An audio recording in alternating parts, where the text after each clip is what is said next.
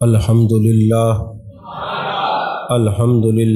رب العالمین والعاقبۃ للمتقین والصلاة والسلام علی اشرف الانبیاء والمرسلین وعلی آلہ الطیبین واصحابہ الطاہرین، اما بعد فاعوذ باللہ من الشیطان الرجیم، بسم اللہ الرحمن الرحیم، ذالک الکتاب لا ریب فیہ، صدق اللہ العظیم وصدق رسولہ النبی الکریم الامین المکین الرؤوف الرحیم۔ قال اللہ تبارک و تعالی فی شان حبیبہ مخبرا و آمرا، ان اللہ وملائکتہ یصلون علی النبی یا ایہا الذین آمنوا صلوا علیہ وسلموا تسلیما، اللہم صل علی سیدنا و مولانا محمد وعلی آل سیدنا و مولانا محمد وبارک وسلم وصلی علیہ، الصلاۃ والسلام علیک یا رسول اللہ وعلی آلک و صحابک یا حبیب اللہ۔ تمام تعریفیں اللہ تبارک و تعالیٰ کے لیے جو خالق کائنات بھی ہے، مالک شش جہات بھی، جو آد بھی ہے، صمد بھی ہے، جس کی شان لم یلد بھی ہے ولم یولد بھی۔ لا تعداد ہدیہ درود و سلام بارگاہ سید الانام، شفیع رحمت، والی امت، شاہ خوباں، جان جانا، شہنشاہ حسینہ، سید سروراں، سیاہ لا مکاں، تتمہ دوراں، سرخیل زہرہ جمالاں، رازدان معوہا، شاہد ما طغا، صاحب علم نشرہ، معصوم آمنہ، احمد مجتبیٰ، حضرت محمد مصطفیٰ صلی اللہ علیہ وآلہ وصحبہ وبارک وسلم کی دربار ناز میں اپنی عقیدتوں، ارادتوں، محبتوں کا خراج پیش کرنے کے بعد، عزیزان محترم، آپ حضرات جانتے ہیں کہ پچھلے جمعۃ المبارک پر ہم نے فضائل قرآن بیان کیے تھے اور تعوذ پر بھی کچھ کلام کیا تھا۔ بسم اللہ الرحمن الرحیم سے آج ہم درس قرآن کا آغاز کر رہے ہیں، لیکن میں نے آپ کو عرض کیا تھا کہ یہ جو بسم اللہ الرحمن الرحیم پر جو ہمارے دروس ہوں گے وہ ایک نہیں ہوں گے۔ برکات تسمیہ کیا ہے، آثار تسمیہ کیا ہے، اور پھر بسم اللہ سے با پہلے کیوں ہے، پھر جب اسم اللہ ہے پھر رحمان اور رحیم کیوں ہے، پھر رحمان کا بھی معنی رحمت کرنے والا ہے اور رحیم کا معنی بھی ہے، پھر یہ اسم جلالت کے ساتھ یہ صفاتی نام کیوں ہے۔ تو یہ کافی دروس ہوں گے، ایک نہیں ہوگا۔ تو عزیزان محترم، آج برکات تسمیہ سے کچھ احادیث مبارکہ جو جان کائنات، جان عالم صلی اللہ علیہ وسلم نے ارشاد فرمائی کہ بسم اللہ الرحمن الرحیم کی برکات کیا ہیں، اس سے آغاز کرتے ہیں۔ پہلی حدیث پاک ہے، جان کائنات، جان عالم، مصطفیٰ جان رحمت صلی اللہ علیہ وسلم ارشاد فرماتے ہیں، یہ جو بسم اللہ الرحمن الرحیم ہے، جب کوئی بچہ قرآن مجید برہان رشید کا آغاز کرتا ہے اور بسم اللہ پڑھتا ہے، اور یہ یاد رکھیں یہ بسم اللہ جو ہے یہ تسمیہ توریت میں بھی تھا، انجیل میں بھی تھا اور زبور میں بھی تھا۔ یہ بسم اللہ الرحمن الرحیم مقدمہ ہے قرآن مجید کا۔ اصول یہ ہے کہ آپ نے جب کوئی کتاب خریدنی ہو، سب سے پہلے آپ اس کتاب کے مقدمہ کو پڑھتے ہیں کہ یہ جو ہم علم لے رہے ہیں، یہ کتاب لکھنے والا کون ہے، اس کی کوالیفیکیشن کیا ہے، اس کا تشخص کیا ہے، اس کی حیثیت کیا ہے، یہ کون سی شخصیت کا مالک ہے، کیسی شخصیت ہے، علم میں اس کا لیول کیا ہے۔ تو جب ہم یہ مقدمہ کتاب کا پڑھتے ہیں تو پھر ہم کتاب خریدتے ہیں کہ یہ کتاب ہمیں علم سے سیر کر سکتی ہے کہ نہیں کر سکتی، تو ہر کتاب کا ایک مقدمہ ہوتا ہے، قرآن مجید کا مقدمہ بسم اللہ الرحمن الرحیم ہے۔ تو میرے آقا کریم صلی اللہ علیہ وسلم نے ارشاد فرمایا کہ جب کوئی بچہ قرآن مجید پڑھنا شروع کرتا ہے، سب سے پہلے جو ہے استاد اس کو بسم اللہ الرحمن الرحیم پڑھاتا ہے، اور جو بچہ قرآن پاک کی تعلیم لینے کے لیے جس دن بسم اللہ الرحمن الرحیم پڑھتا ہے، اللہ تبارک و تعالی اس استاد کو، اس بچے کو اور بچے کے والدین کو جہنم سے آزاد کر دیتا ہے۔ اب آپ اندازہ لگائیں، آپ انگریزی تعلیم پڑھیں، آپ کو کسی نے منع نہیں کیا، آپ فزکس پڑھیں، کیمسٹری پڑھیں، بیالوجی پڑھیں، سارے پڑھنے چاہیے علوم، یہ بھی ضروری ہے، مگر بسم اللہ الرحمن الرحیم سے جب قرآن کو شروع کرتا ہے، مقدمہ قرآن کو پڑھتا ہے، اللہ پڑھنے والے کو، پڑھانے والے کو اور جنم دینے والوں کو سب کو جہنم سے آزاد کر دیتا ہے۔ یہ پہلی برکت ہے بسم اللہ الرحمن الرحیم کی۔ اور دوسری حدیث پاک جانے کائنات جانے عالم صلی اللہ علیہ وسلم نے ارشاد فرمایا، جب کوئی بندہ دیکھتا ہے کہ زمین پر ایسا کاغذ پڑا ہے جس پر بسم اللہ الرحمن الرحیم لکھی ہوئی ہے، وہ اللہ کے اسم جلالت کو دیکھتے ہوئے اور جلالت الہیہ کو دیکھتے ہوئے اس کاغذ کو زمین سے اٹھا لیتا ہے۔ جیسے ہی وہ خدا تعالیٰ کے نام کو دیکھ کر، بسم اللہ الرحمن الرحیم کو دیکھ کر زمین سے اٹھاتا ہے، اللہ تبارک و تعالیٰ اس کا نام صدیقین میں لکھ دیتا ہے اور اس کے والدین کی کامل بخشش فرما دیتا ہے۔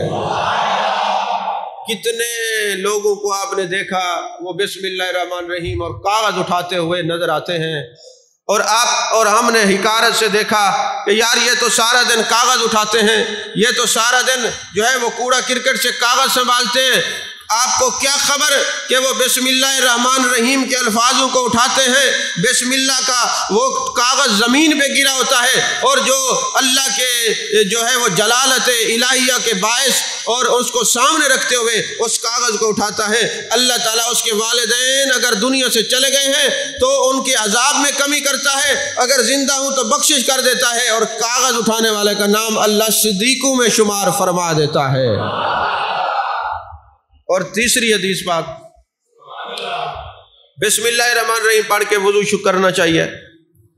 اچھا بعض اوقات ایسا ہوتا ہے کہ بندہ بسم اللہ الرحمن الرحیم نہیں پڑھتا اور ایسے وضو شروع کر دیتا ہے۔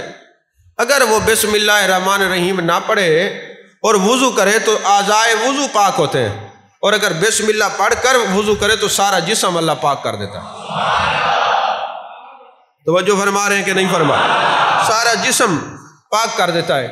اچھا بسم اللہ الرحمن الرحیم پڑھنے کی عادت بنائیے۔ آپ کوئی چیز گلاس پکڑتے ہیں بسم اللہ الرحمن الرحیم، پانی پیتے ہیں بسم اللہ الرحمن الرحیم، آپ کھانا کھاتے ہیں بسم اللہ الرحمن الرحیم، آپ کوئی کام کرتے ہیں بسم اللہ الرحمن الرحیم۔ اگر یہ آپ کی عادت ہو جائے گی تو قیامت والے دن آپ کی یہ عادت سعادت بن جائے گی۔ میرے آقا فرماتے ہیں جب قیامت کا دن ہوگا نام اعمال دائیں ہاتھ میں دیا جائے گا، اور اگر وہ عادت ہوگی بسم اللہ الرحمن الرحیم پڑھنے کی، جیسے ہی نام اعمال دائیں ہاتھ میں دیا جائے گا وہ بسم اللہ الرحمن الرحیم پڑھے گا، گناہ اس کے مٹ جائیں گے، صرف نیکیاں ہی نیکیاں نام اعمال میں رہ جائیں گی، کیونکہ بسم اللہ پڑھ کے نام اعمال ہاتھ میں لیا ہے۔ اب جناب والا پانچویں حدیث، جس کی عادت ہوگی بسم اللہ الرحمن الرحیم پڑھنے کی، وہ بسم اللہ الرحمن الرحیم پڑھتا ہوا پل صراط سے گزرے گا۔ جیسے پل صراط سے گزرے گا تو وہ نیچے جہنم کی آگ ہوگی، پل صراط سے گزر رہا ہوگا تو وہ آگ کہے گی اے مومن جلدی جلدی گزر جا، تو نے بسم اللہ الرحمن الرحیم پڑھی ہے، تیرے قدموں کے اور بسم اللہ کے نور کی وجہ سے میری آگ بجھ رہی ہے، جلدی جلدی یہاں سے گزر جا کیونکہ تو بسم اللہ الرحمن الرحیم پڑھ کے گزرا ہے۔ میرے آقا کریم صلی اللہ علیہ وسلم ارشاد فرماتے ہیں چھٹی حدیث کہ جو بسم اللہ الرحمن الرحیم ایک دفعہ پڑھتا ہے اللہ تعالیٰ اس کے نام اعمال میں 4000 نیکیاں لکھ دیتا ہے، 4000 گناہ معاف فرما دیتا ہے، اور 4000 درجات اس کے بلند کر دیتا ہے۔ پڑھیے بسم اللہ الرحمن الرحیم۔ ساتویں حدیث، میرے آقا کریم صلی اللہ علیہ وسلم نے ارشاد فرمایا کہ قیامت کے دن نام اعمال تولے جائیں گے. جب اس امت کے اعمال کو تولا جائے گا تو یہ امت کے اعمال وزنی ہوں گے. بنی اسرائیل اور دوسری قومیں امتیں پوچھیں گی کہ تم نے ایسا کیا کیا ہے کہ تمہارے نام اعمال اتنے وزنی ہیں؟ تو کہا جائے گا کہ یہ نماز میں بسم اللہ الرحمن الرحیم پڑھتے تھے، یہ اس کی برکت ہے کہ اللہ نے اس کے اعمال کو وزنی کر دیا ہے. اللہ نے اعمال کو وزنی کر دیا ہے. میرے آقا کریم صلی اللہ علیہ وسلم نے ارشاد فرمایا، حدیث نمبر 8ویں حدیث، میرے آقا نے فرمایا جو بسم اللہ الرحمن الرحیم پڑھتا ہے اللہ جل مجد الکریم اس کے گناہوں کو معاف فرما دیتا ہے. اللہ تعالیٰ نے جب آسمان کو زینت بخشی تو تارے بنائے اور تاروں کی وجہ سے آسمان کو زینت بخشی ہے، اور جب فرشتے بنائے تو جبریل امین کی وجہ سے فرشتوں کو زینت بخشی ہے. جب جنت بنائی ہے تو حور و قصور سے جنت کو زینت بخشی ہے، اور جب یہ قرآن نازل کیا ہے تو بسم اللہ الرحمن الرحیم کی برکت سے قرآن کو زینت بخشی ہے. قرآن کو زینت بخشی ہے.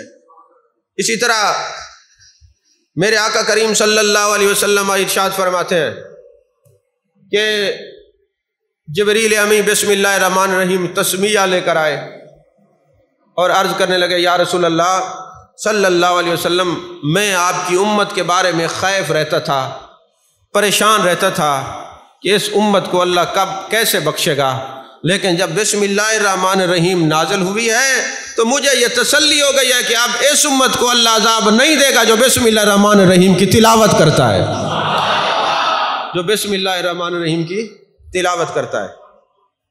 میرے آقا کریم صلی اللہ علیہ وسلم نے ارشاد فرمایا، 10ویں حدیث، 11 حدیثیں میں نے پڑھنی ہیں، ویسے حدیث مبارکہ کافی مجھے اس پر یاد ہیں. تفسیر کبیر سے میں نے لی ہے، تفسیر ابن کثیر سے لی ہے، تفسیر ابن جریر سے لی ہے، تفسیر روح المعانی سے لی ہے، تفسیر روح البیان سے لی ہے. تمام تفاسیر سے میں نے کافی احادیث مبارکہ تقریباً کوئی 100-200 سے بھی زیادہ ہے، لیکن میں نے کہا چلو 11 احادیث مبارکہ آپ کو بتا دی جائیں، باقی آپ خود پڑھ لینا. تو میرے آقا کریم صلی اللہ علیہ وسلم فرماتے ہیں جب کوئی بسم اللہ الرحمن الرحیم پڑھتا ہے اللہ تبارک و تعالی 700 سال کی عبادت کو اس کے نام اعمال میں لکھ دیتا ہے. اور اس کی وجہ یہ ہے کہ جب اللہ تبارک و تعالی نے قلم کو پیدا کیا تو اللہ تعالیٰ نے جب قلم کو تخلیق کیا تو قلم جو ہے وہ ہیبت کی وجہ سے پھٹ گیا، اور قیامت تک کے حالات لکھنے کے لیے عرض کیا باری تعالیٰ کیا لکھوں، ابتدا کیسے کروں؟ تو اللہ نے فرمایا بسم اللہ الرحمن الرحیم سے شروع کر. قلم نے 700 سال میں بسم اللہ الرحمن الرحیم لکھی. قلم کو بسم اللہ لکھتے ہوئے 700 سال لگے. تو اللہ نے فرمایا مجھے اپنی عزت و جلال کی قسم ہے اس امت کے اندر جو مرد اور عورت بسم اللہ الرحمن الرحیم پڑھے گا میں 700 سال کی عبادت اس کے نام اعمال میں درج کر دوں گا. اب آپ اندازہ لگے ابھی درس قرآن میں بسم اللہ ہے، ابھی تو ہم نے بہت کچھ پڑھنا ہے، اور اگر آپ آتے رہیں گے تو آپ دیکھیں گے آپ کا دل مزکہ مصفہ اور مجلہ ہو گیا. میرے آقا کریم صلی اللہ علیہ وسلم ارشاد فرماتے ہیں معراج کی رات جب میں گیا تو میں نے 4 نہریں دیکھیں، ایک چشمہ تھا، 4 نہریں تھیں. تو میں نے پوچھا کہ یہ کیا ہے، اگرچہ محبوب جانتے ہیں. تو فرشتوں نے جواب دیا حضور اس کا دروازہ کھولیں، چابی آپ کے پاس ہے. میرے آقا نے فرمایا چابی کیا ہے؟ تو فرشتوں نے عرض کی یا رسول اللہ چابی ہے بسم اللہ الرحمن الرحیم. محبوب نے جیسے ہی چابی کے اوپر تالے کے اوپر ہاتھ رکھا بسم اللہ الرحمن الرحیم پڑھی، وہ تالا کھل گیا، دروازہ کھل گیا. تو ایک عمارت تھی، اس کے 4 ستون ہیں، ہر ستون سے نہریں بہ رہی ہیں. اور محبوب علیہ السلام نے دیکھا کہ بسم اللہ کے میم سے پانی کی نہر ہے، اللہ کے ہاں سے دودھ کی نہر ہے، اور رحمان کے نون سے شرابن طہورہ کی نہر ہے، اور رحیم کے میم سے شہد جاری ہے. تو ندات یہ ہے میرے محبوب جو آپ کا امتی کثرت سے بسم اللہ الرحمن الرحیم پڑھے گا اللہ تعالیٰ اس کو ان 4 نہروں سے پلائے گا، شرابن طہورہ بھی، پانی بھی، شہد بھی، دودھ بھی. یہ ان کے لیے ہیں جنہوں نے بسم اللہ الرحمن الرحیم سے محبت کی اور کثرت سے اس کی تلاوت کی ہے. اب آتے ہیں بسم اللہ الرحمن الرحیم کے متعلق جو خبریں ہیں، اخبار ہیں، ان کے بارے میں۔ آپ کو یہ 11 حدیث مبارکہ سمجھ آ گئی ہیں؟ اب آتے ہیں اخبار، یعنی جو خبریں ہیں بسم اللہ الرحمن الرحیم کی فضیلت کے بارے میں، جو کچھ لوگوں نے دیکھا اور پھر اس کو بیان کیا۔ تفسیر کبیر کے اندر یہ بات موجود ہے۔ حضرت عیسیٰ علیہ السلام ایک قبر سے گزرتے ہیں۔ عیسیٰ علیہ السلام کوئی عام نہیں ہے، اللہ کے نبی ہیں۔ حضرت عیسیٰ علیہ السلام آپ ایک قبر سے گزرتے ہیں، کیا دیکھتے ہیں کہ قبر کے اندر ایک قبر والے کو عذاب ہو رہا ہے۔ اللہ کے نبی وہاں سے گزر جاتے ہیں۔ وہ عیسیٰ علیہ السلام سے گزر گئے، کچھ قبریں ایسی بھی تھیں کہ محبوب وہاں رک گئے، قبریں آئیں محبوب رک گئے، فرمایا قبروں میں عذاب ہو رہا ہے۔ یا رسول اللہ اگر آپ یہ جانتے ہیں کہ عذاب ہو رہا ہے تو پھر یہ بھی پتہ ہوگا کیوں ہو رہا ہے۔ فرمایا ایک چغل خور تھا، ایک پیشاب کے چھینٹوں سے نہیں بچتا تھا۔ محبوب اس لیے بتا رہے ہیں کہ چغل خور کو بھی عذاب ہوگا، جو پیشاب کے چھینٹوں سے نہیں بچتا اس کو بھی عذاب ہوگا۔ یا رسول اللہ اگر آپ کو یہ پتہ ہے کہ عذاب ہو رہا ہے، پھر یہ پتہ ہے کیوں ہو رہا ہے، تو یہ بھی پتہ ہوگا کہ اب عذاب کیسے ٹالا جائے۔ محبوب علیہ السلام نے فرمایا کھجور کی تازی ٹہنیاں لے آئیں، 2 حصے کیے، ایک کو ایک قبر پہ رکھا، ایک کو ایک قبر پہ رکھا۔ فرمایا جب تک یہ تر رہیں گی، اللہ کا ذکر کرتی رہیں گی تو عذاب قبر میں تخفیف ہوگی۔ میں آپ سے ایک سوال کرتا ہوں، اگر جانے کائنات ہاتھ اٹھاتے یا اللہ اس کو بخش دے، قبروں کو عذاب نہ دے، اور یاد رکھنا وہ قبریں کسی صحابہ کی نہیں تھیں، صحابہ سے اللہ نے جنت کا وعدہ کیا ہے، وہ پچھلی امتوں میں سے کوئی ایمان والے تھے۔ توجہ فرما رہے ہیں کہ نہیں؟ کہیں ذہنوں میں یہ سوال آئے تو پچھلی امتوں میں تھے۔ علامہ بدر الدین عینی نے اس کو نقل کیا ہے کہ وہ پچھلی امتوں میں سے تھے۔ تو میرے آقا نے اگر ہاتھ اٹھاتے تو جانے کائنات صلی اللہ علیہ وسلم کے ہاتھ اٹھانے سے عذاب قبر دور ہو جاتا۔ میرے مصطفیٰ کریم ٹہنی کیوں رکھ رہے ہیں؟ فرمایا کل کو تمہیں ہم تو میسر نہیں آئیں گے، ٹہنیاں تو ہوں گی نا۔ تو یہ کوئی سبز چیز رکھنا، پھول رکھنا، ٹہنی رکھنا قبر کے اوپر میرے مصطفیٰ کی سنت ہے، صرف 10 محرم کو نہیں۔ توجہ ہے کہ نہیں؟ 10 محرم کو رسم ہے، 10 محرم کو رواج ہے۔ جب بھی عائشہ وقوع کی قبور پہ جایا جائے، اگر ان پر کوئی گناہ ہوگا تو اللہ تعالیٰ کے وہ ٹہنی جب تک سبز رہے گی ذکر کرے گی، تخفیف ہوگی، اور اگر وہ نیک ہوگا تو اللہ اس کے درجے ذکر کی وجہ سے اور بلند کر دے گا۔ ضروری نہیں کہ یہ ٹہنیاں یا پھول گناہگاروں کے قبروں میں رکھے جاتے ہیں۔ توجہ ہے کہ نہیں ہے؟ اچھا اب محبوب فرماتے ٹہنی تو میسر ہوگی۔ یہاں میں ایک نکتہ آپ کو عرض کرنے لگا ہوں۔ ٹہنی جب تک سبز رہے گی تو اللہ کا ذکر کرتی رہے گی، اور جب تک یہ ذکر کرتی رہے گی تو عذاب قبر نہیں ہوگا۔ تو پتہ چلا سر سبز و شاداب وہی رہتا ہے جو ذکر کرتا ہے۔ سر سبز و شاداب وہی رہتا ہے جو ذکر کرتا ہے۔ ٹہنی اللہ کا ذکر کرے تو عذاب قبر ٹلتا ہے۔ اب مجھے یہ بتائیں ٹہنی افضل ہے یا انسان افضل ہے؟ انسان اشرف المخلوقات ہے۔ اگر ٹہنی کے ذکر کرنے سے عذاب قبر ٹلتا ہے تو اشرف المخلوقات کے قرآن پڑھنے سے بھی عذاب قبر ٹلتا ہے۔ توجہ فرما رہے ہیں آپ کے نہیں؟ استدلال کیسا لگا آپ کو کہ اگر انسان اشرف، اب یہ کہتے ہیں کہ قرآن پڑھنے سے کیا ہوتا ہے؟ میں نے کہا قرآن ذکر نہیں ہے، اِنَّا نَحْنُ نَزَّلْنَا الذِّكْرَ وَإِنَّا لَهُ لَحَافِظُونَ۔ قرآن بھی ذکر ہے، آپ نوافل پڑھتے ہیں وَأَقِمِ الصَّلَاةَ لِذِكْرِي، یہ نوافل بھی ذکر ہیں۔ تو جب ٹہنی ذکر کرے تو عذاب قبر میں تخفیف ہوتی ہے، تو یہ انسان جب زبان سے ذکر کرتا ہے تو عذاب قبر کو اللہ ٹال دیتا ہے۔ تو حضرت عیسیٰ علیہ السلام قبر سے گزرے، دیکھا کہ ایک قبر میں عذاب ہو رہا ہے، پھر کچھ عرصے کے بعد واپسی ہوئی تو پھر گزرے تو کیا دیکھتے ہیں؟ قبر نور علی نور ہے، اور فرشتے جو ہے نور کا طبق لے کر آ رہے ہیں، اور صاحب قبر جو ہے وہ وہاں قبر کے اندر نور علی نور ہے۔ حضرت عیسیٰ علیہ السلام نے اللہ کی بارگاہ میں عرض کی کہ میرے مالک جب میں یہاں سے گزرا تھا یہ عذاب قبر ہو رہا تھا، اب یہ قبر نور علی نور ہے، وجہ کیا ہے؟ تو اللہ تبارک و تعالیٰ نے حضرت عیسیٰ علیہ السلام کو وحی نازل کی، فرمایا اے میرے پیارے روح اللہ، یہ جو آدمی عالمی دنیا سے چلا گیا ہے، اس کا بچہ آج جو ہے وہ اس آسمانی کتاب کی تلاوت کرنے کے لیے گیا ہے، تو آج پہلے دن جب یہ دنیا سے گیا تھا، اس کی بیوی حاملہ تھی، بچہ پیدا ہونے والا تھا، ابھی دنیا میں آیا نہیں تھا، یہ بچہ یتیم ہے، اب اس بچے نے کچھ ہوش سنبھالا ہے، ماں گئی ہے اس کو پڑھانے کے لیے، یہ آسمانی کتاب کی تلاوت کے لیے گئی ہے، آج بچے نے بسم اللہ الرحمن الرحیم پڑھی ہے، غیرت خداوندی کو جوش آیا ہے کہ جس کا بچہ یتیم بسم اللہ پڑھے اور باپ کو عذاب قبر ہو، اے پیارے روح اللہ، بچے کی بسم اللہ سے ہم نے عذاب قبر کو دور کر دیا ہے۔ تو یارو اگر بچہ بسم اللہ الرحمن الرحیم پڑھے تو ابا جی کی قبر سے عذاب ٹلتا ہے، اور بچہ قرآن کا حافظ ہو، بچہ قرآن کا قاری ہو، بچہ عالم ہو، بچہ ساری رات والذین یبیتون لربہم سجدا وقیاما کا مصداق ہو، ساری رات قرآن مجید کی تلاوت کرنے والا ہو، تو اس والدین کی قبر تو نور علی نور ہی ہوگی نا، کیونکہ میرے آقا کریم صلی اللہ علیہ وسلم ارشاد فرماتے ہیں جب قیامت کا دن ہوگا، جو صحیح معنی میں عالم ہیں، حافظ ہیں، قاری ہیں، جنہوں نے قرآن کو پیٹ کے لیے نہیں پڑھا، پیسوں کی لالچ کے لیے قرآن نہیں پڑھا، اللہ کی رضا کے لیے، جب قیامت کا دن ہوگا اللہ اس قاری کو، حافظ کو، عالم کو روکے گا اور فرمائے گا قرآن کی تلاوت کر، والدین کو بھی روکا جائے گا، اب وہ قاری قرآن کی تلاوت کرتا جائے گا، اللہ فرمائے گا قرآن یہ بچہ پڑھتا ہے، درجے اس کے والدین کے بلند کرتے جاؤ، اب ایک آیت سے درجہ بلند، دوسری آیت سے درجہ بلند، 6666 آیات بینات ہیں، ہر آیت پہ والدین کے درجے بلند ہوتے جائیں گے۔ عزیزان محترم، تو حضرت عیسیٰ علیہ السلام فرماتے ہیں میں نے دیکھا کہ عذاب قبر ٹلا بسم اللہ الرحمن الرحیم کی وجہ سے، تفسیر کبیر میں یہ بات موجود ہے۔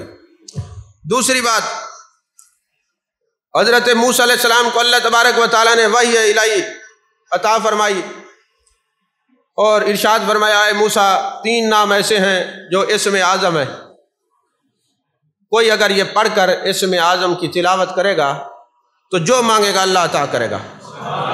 وہ کون سے ہیں؟ بسم اللہ الرحمن الرحیم میں اللہ بھی اسم اعظم، رحمان بھی اسم اعظم، رحیم بھی اسم اعظم۔ تو وہاں جب یہ وحی الہی نازل ہوئی، حضرت موسیٰ علیہ السلام نے اس کو بیان کیا کہ بسم اللہ الرحمن الرحیم کے اندر جو ہے یہ اللہ رحمان اور رحیم اسم اعظم ہے، جو یہ پڑھ کر دعا مانگے گا، یعنی آپ بسم اللہ الرحمن الرحیم پڑھ کے دعا مانگیں گے اللہ دعا قبول کرے گا، دعا قبول کرے گا۔ تو جب موسیٰ علیہ السلام نے اس کو بیان کیا تو ساتھ ایک نابینا بیٹھا ہوا تھا، اس نے عرض کیا ہے اللہ کے نبی کیا جو مانگو اللہ اس کی وجہ سے عطا کرے گا؟ اللہ تبارک و تعالیٰ نے کہ اللہ کے پیارے کلیم نے فرمایا ہاں اللہ عطا کرے گا۔ نبینا نے بسم اللہ الرحمن الرحیم پڑھی اور عرض کی میرے مالک ابھی تیرے نبی حضرت موسیٰ کلیم اللہ نے ارشاد فرمایا ہے بسم اللہ کے اندر اسم اعظم ہے، میں تیرے ان اسم اعظم کا وسیلہ پیش کرتا ہوں، میری بینائی لوٹا دے۔ حضرت موسیٰ علیہ السلام کہتے ہیں ابھی اس نے دعا مانگی تھی، اللہ نے ان کی آنکھوں کو روشن کر دیا ہے،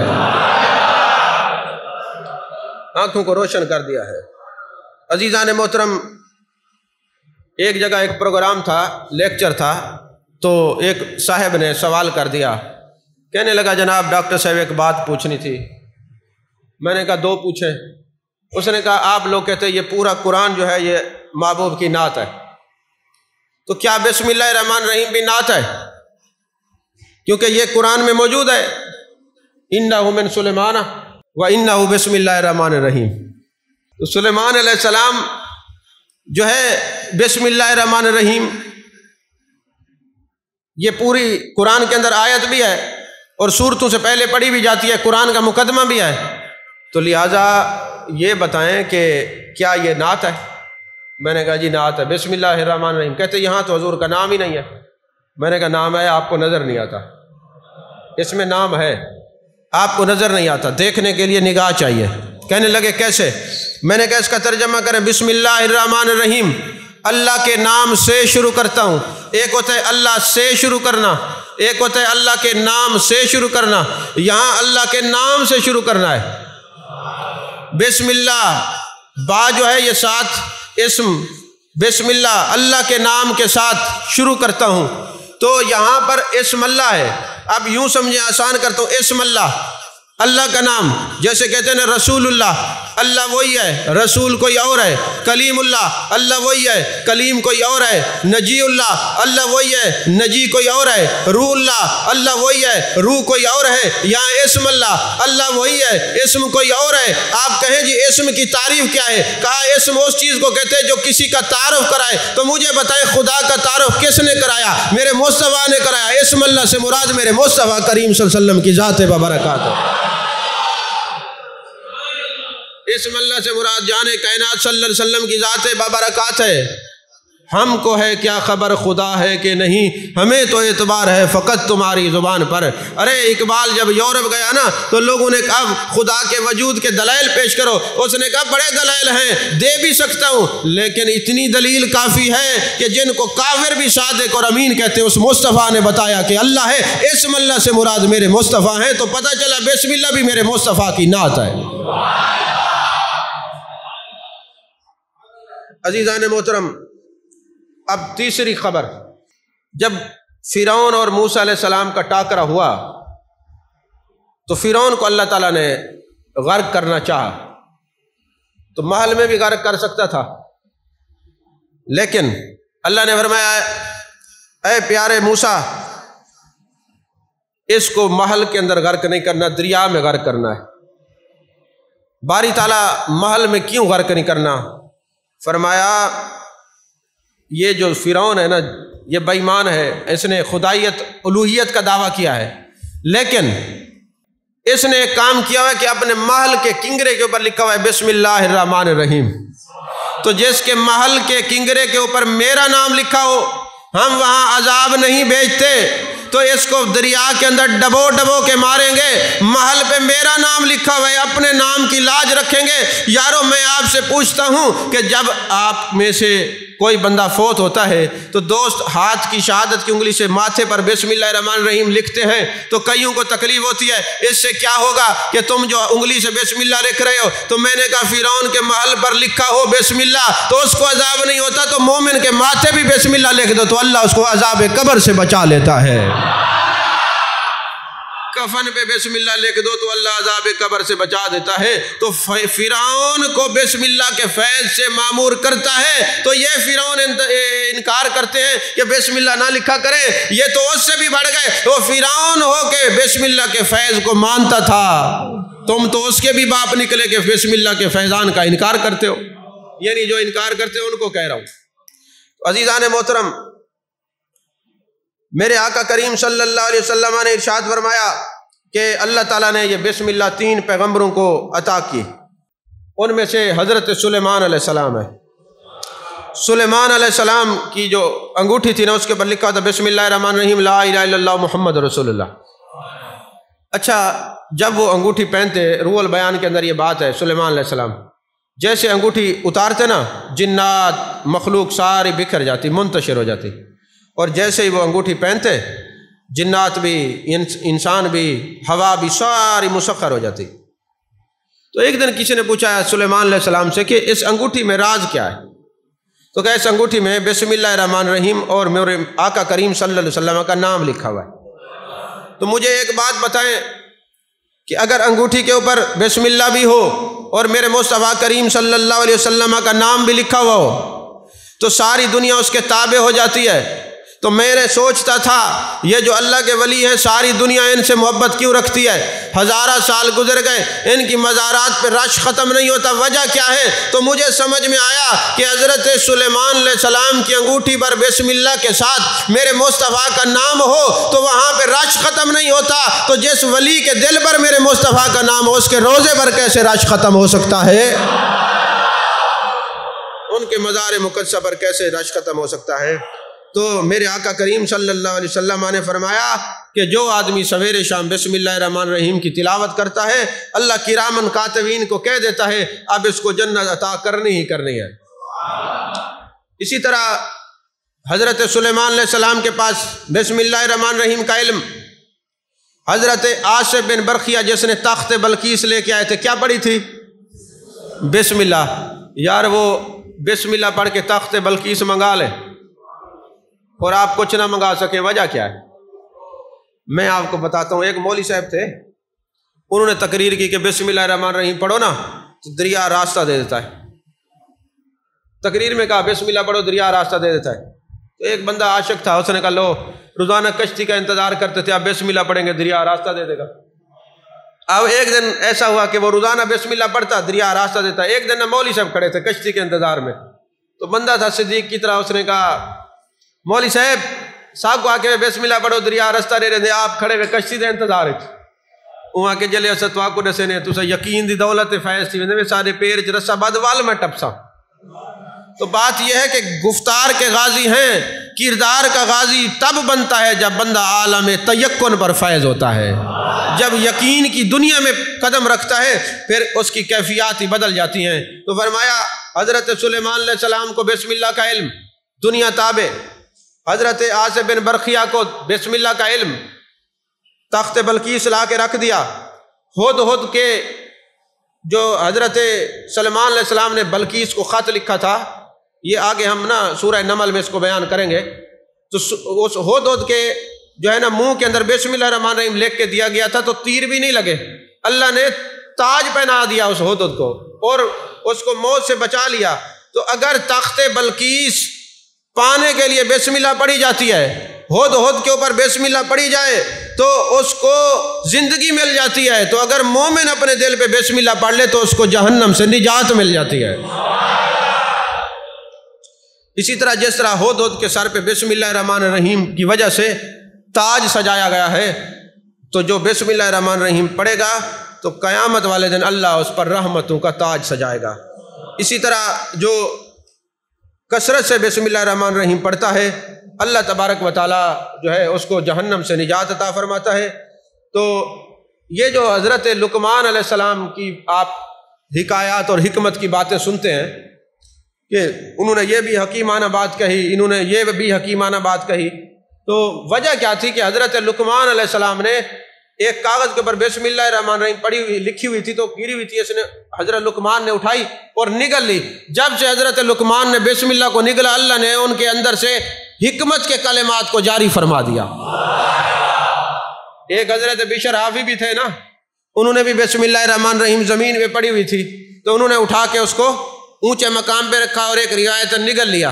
آپ شراب کے نشے میں ہر وقت رہتے تھے لیکن بسم اللہ الرحمن الرحیم کی تعظیم کی۔ اب دیکھیں میرے مصطفیٰ کا فرمان سچ ہے، صدقتا یا رسول اللہ، کہ جو آدمی بسم اللہ کی تعظیم کرتا ہے اللہ اس کا شمار صدیقین میں داخل کر دیتا ہے۔ اور یہ بات موجود ہے، اولیاء اللہ نے دیکھا کہ مقام صدیقیت پر فائز ہیں حضرت ابو بکر صدیق کے صدقے سے، تو حضرت بشر حافی ہیں۔ وجہ کیا تھی کہ اللہ کے نام کی تعظیم کی، زمین سے بسم اللہ اٹھائی، تو اللہ تبارک و تعالیٰ نے خضر علیہ السلام کو بھیجا کہ میرا بندہ میرے نام کی تعظیم کرے اور پھر یہ گناہگار رہے، شرابی رہے، اور دروازے پہ دستک ہوتی ہے، بشر تیرے گناہ معاف ہو گئے، اللہ کی رحمت نے تیرے لیے ولایت کے دروازے کھول دیا ہے۔ اور پھر وہ بشر حافی جب آئے تھے نا، ندا آئی تھی کہ آؤ، تو ننگے پاؤں تھے، ساری زندگی آپ نے جوتی نہیں پہنی، اور جنگل کے جو جانور تھے وہ بھی گوبر نہیں کرتے تھے، پیشاب نہیں کرتے تھے۔ اور ایک دن ایک اللہ والے نے دیکھا کہ راستے پر پیشاب ہوا ہے، کہتے ہیں لگتا ہے بشر حافی دنیا سے چلے گئے ہیں، کیونکہ جانور ان کا حیا کرتے تھے۔ جو خدا کا ادب کرے پھر کائنات اس کا ادب کرتی ہے، جو خدا کے نام کا ادب کرے کائنات اس کے نام کا ادب کرتی ہے۔ لگتا ہے کہ حضرت بشر حافی دنیا سے وصال کر کے پتہ چلا اسی دن ان کا انتقال ہو گیا تھا، ورنہ جانور بھی آپ کا لحاظ کیا کرتے تھے۔ عزیزان محترم، دوزخ کے 19 فرشتے ہیں۔ کتنے فرشتے ہیں؟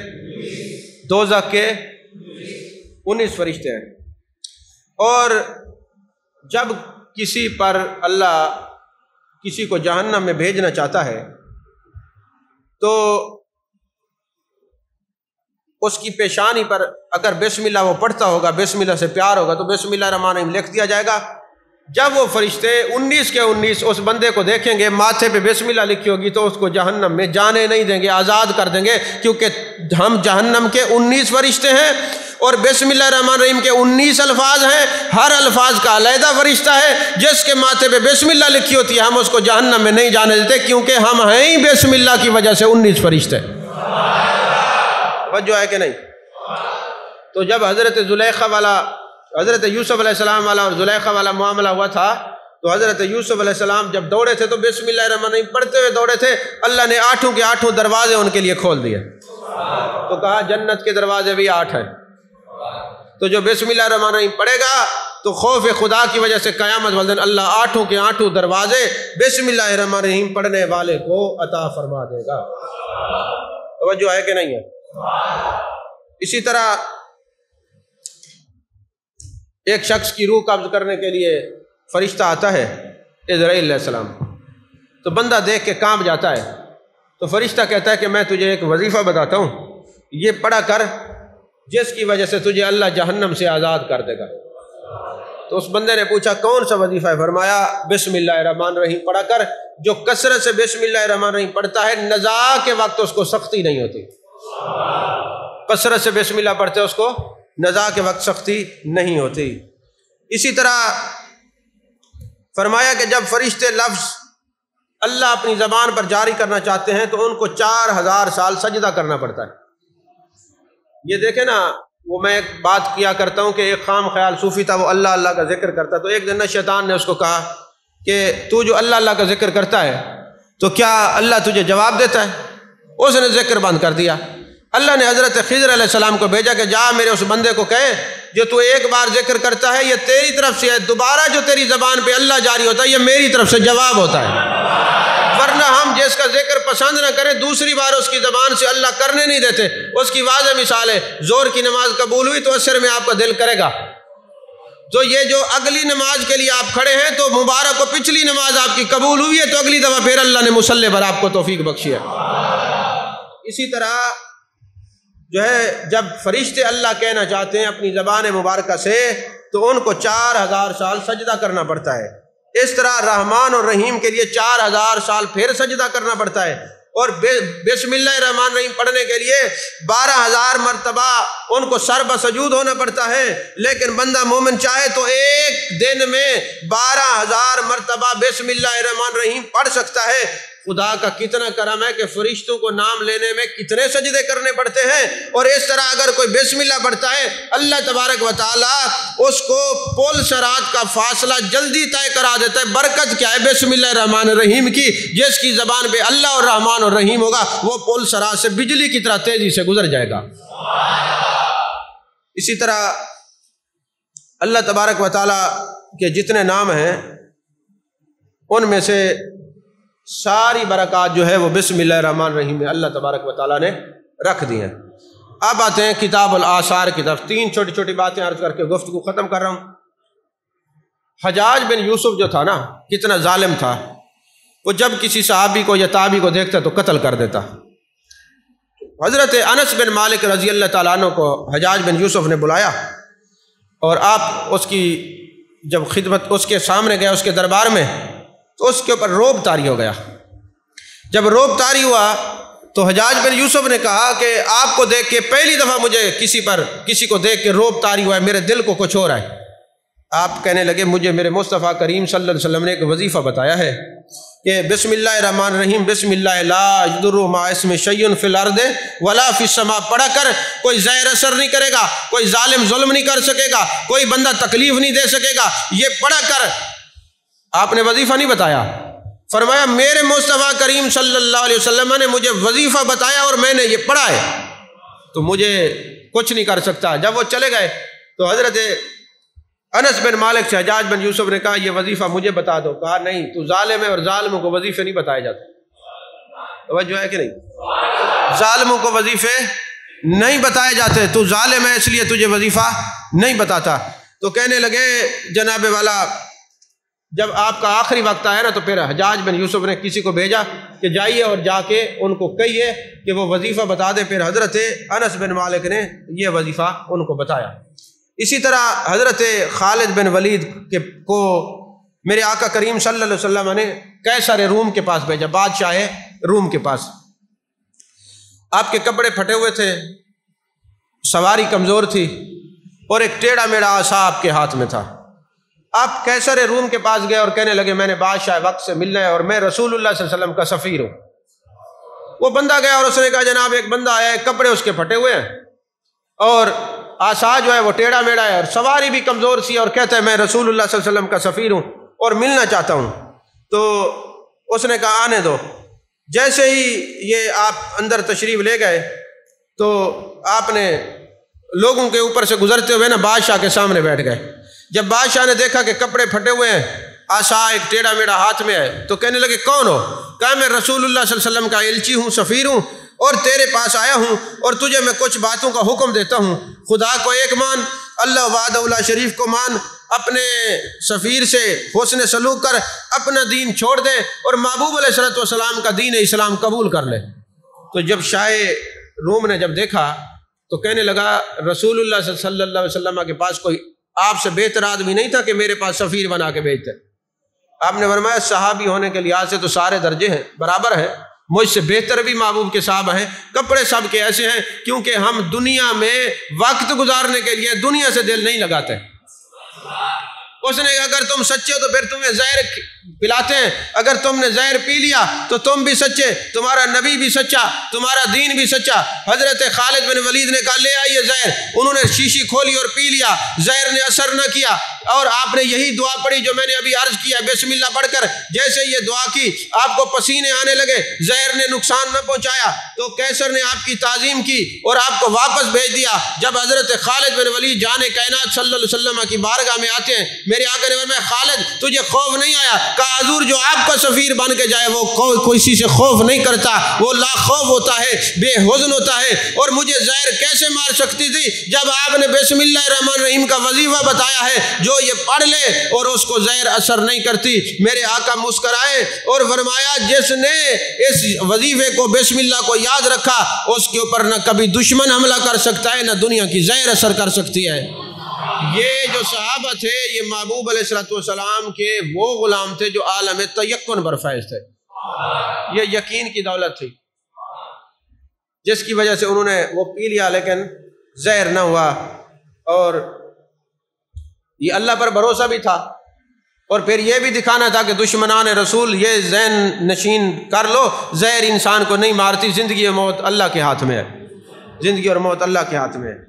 آخری بات اور تقریر ختم، یہ بات بھی تفسیر کبیر کے اندر لکھی ہوئی ہے، تبیان القرآن کے اندر بھی ہے۔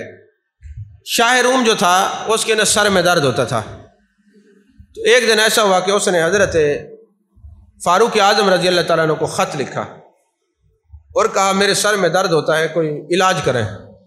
تو حضرت فاروق اعظم رضی اللہ تعالیٰ نے ایک ٹوپی سی کرنا اپنے ہاتھ سے شاہ روم کو بھیجی۔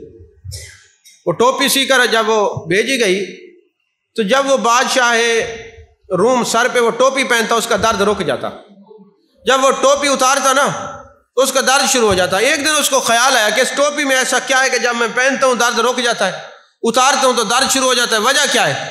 اس نے ٹوپی کو کھول کے دیکھا تو حضرت فاروق اعظم رضی اللہ عنہ نے بسم اللہ الرحمن الرحیم لکھ کے اس ٹوپی کے اندر سیا ہوا تھا۔ تو اب یہ سر دردیاں تب سے شروع ہوئی ہیں جب بسم اللہ سے دور ہوئے۔ تو جب سے بسم اللہ سے تعلق تھا، اللہ سے تعلق تھا، اللہ اور اس کے رسول صلی اللہ علیہ وسلم سے تعلق تھا، پھر تکالیف اور درد بھی بسم اللہ الرحمن الرحیم سے دور ہو جایا کرتے تھے۔ چونکہ وقت مختصر ہے، میں نے پہلے عرض کیا کہ درس قرآن کے اندر ابھی آج ہم نے بسم اللہ الرحمن الرحیم کی برکات، آثار اور اخبار بیان کیے ہیں۔ انشاءاللہ العزیز اگلے جمعۃ المبارک کو کہ کن کن انبیاء کو بسم اللہ الرحمن الرحیم عطا ہوئی، پھر بسم اللہ سے یہ بات سے کیوں شروع ہوتی ہے، اور پھر آگے جو تفصیل ہے وہ انشاءاللہ زندگی نے وفا کی تو بیان کریں گے۔ اللہ تعالی ہم سب کو قرآن سے اور صاحب قرآن سے سچی محبت نصیب فرمائے۔ آمین۔ وآخر دعوانا الحمدللہ رب العالمین۔